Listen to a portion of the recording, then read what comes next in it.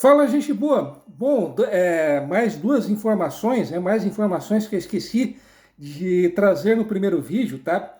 É que o tamanho do território daquela cidade que eu mostrei, Trondheim, né, na Noruega, é de 497 quilômetros quadrados. Só a título de comparação, apenas a área urbana de Joinville tem, caso eu não esteja enganado, 525 quilômetros quadrados. Então, apenas a área rural de Joinville, né? Ela já é maior do que o território da cidade de Trondheim.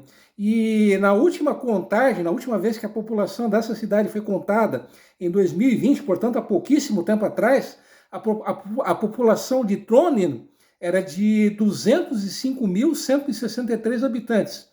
Caso Trondheim fosse uma outra, agora fazendo uma outra comparação, né? Caso Trondheim fosse uma cidade catarinense, ela seria a oitava mais populosa do estado. A população de Criciúma, por exemplo, que é a sétima cidade mais populosa do estado, é de 219 mil habitantes. Então, a população de Trondheim é um pouquinho menor que a população de Criciúma, né? Mas voltando, né?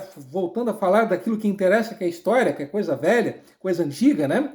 Eu tinha encerrado o vídeo anterior comentando que eles chegaram ao Rio de Janeiro, em janeiro de 1851.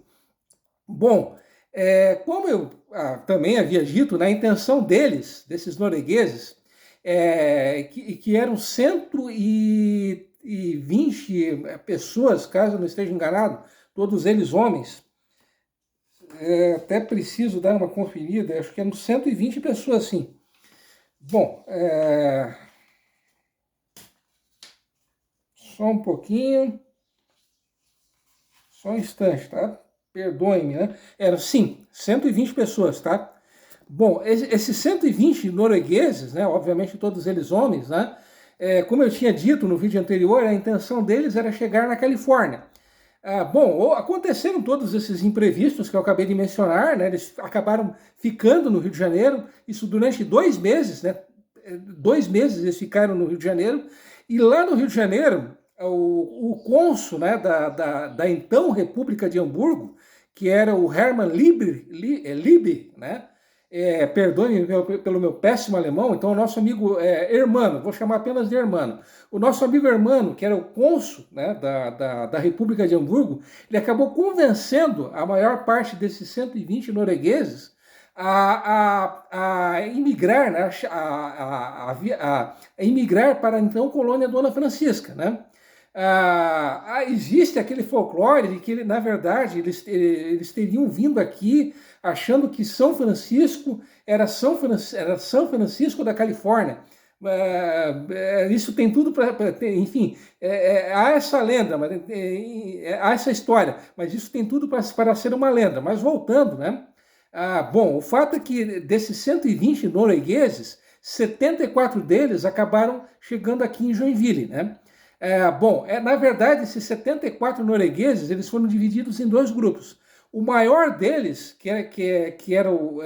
tinha 61 pessoas, acabou viajando, partindo do porto do Rio de Janeiro, por um patacho. Um patacho, para quem não sabe, é uma pequena embarcação, né? Uma pequena embarcação costeira e movida a vela. Então, o patacho era aquele tipo de navio que fazia as viagens dentro do litoral de um mesmo país. Então, ele não viajava para outros países, e sim para portos dentro de um mesmo país. Então, esse patacho, essa pequena embarcação, a vela, era o marreco.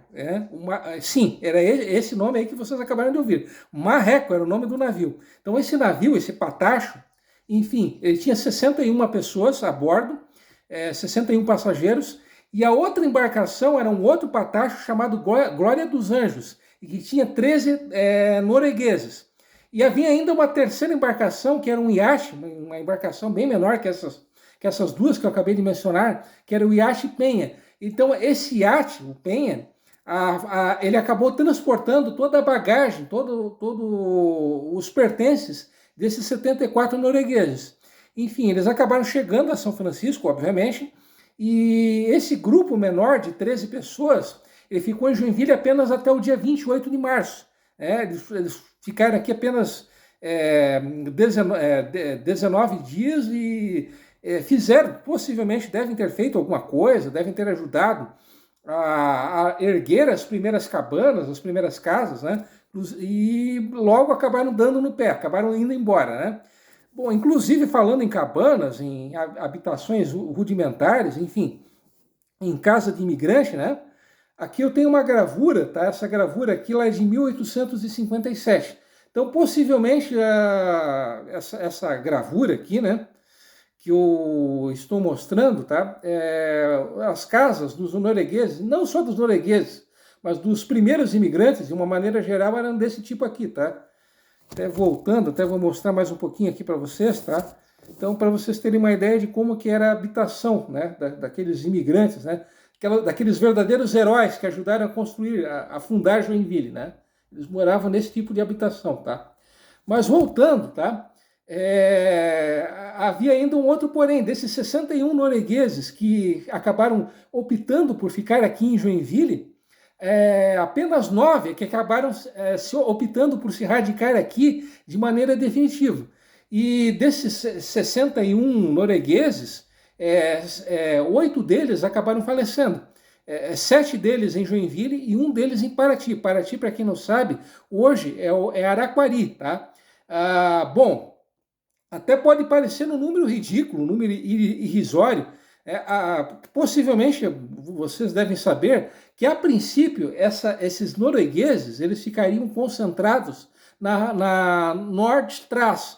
A Nordstrasse, para quem não sabe, hoje é a rua João Colim. Então, a princípio, os noruegueses ficariam concentrados nessa região. Bom, como eu acabei de dizer, obviamente, apenas 9 deles é que acabaram optando por se radicar em Joinville de maneira definitiva. Pode parecer uma coisa um número até bastante irrisório, ridículo, né? Mas os noruegueses, por incrível que pareça, eles tiveram uma importância gigantesca para que Joinville surgisse, para que Joinville acabasse vingando, né? A colônia Dona Francisca, no caso, tá? Bom, com certeza, vocês devem... com certeza todos vocês conhecem, né? Aquele prédio